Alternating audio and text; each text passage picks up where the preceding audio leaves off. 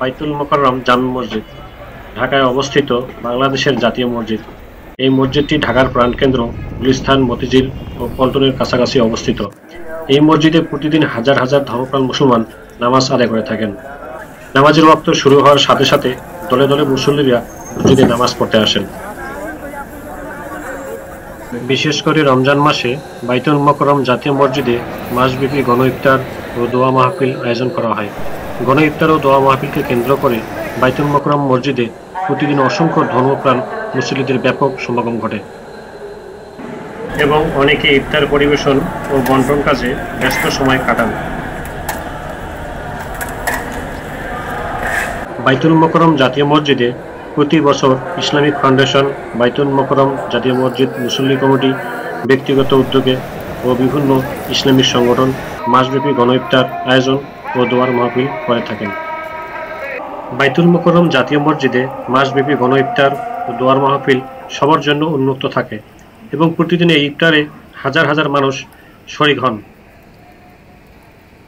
এখানে কেউ কেউ প্যাকেটের মাধ্যমে ইফতার বন্টন করেন, আবার কেউ কেউ একটি বড় প্লেটে 4-5 জনকে একসাথে ইফতার বন্টন করেন।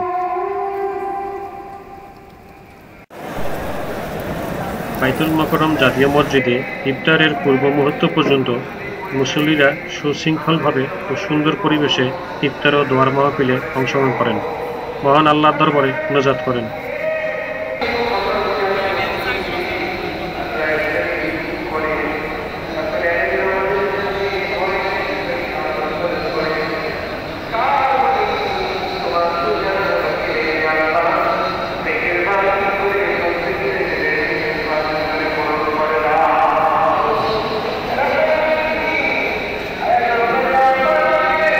এবং মুনাজাত শেষে আজান দেওয়ার সাথে সাথে সকলে ইফতার খাওয়া শুরু করেন।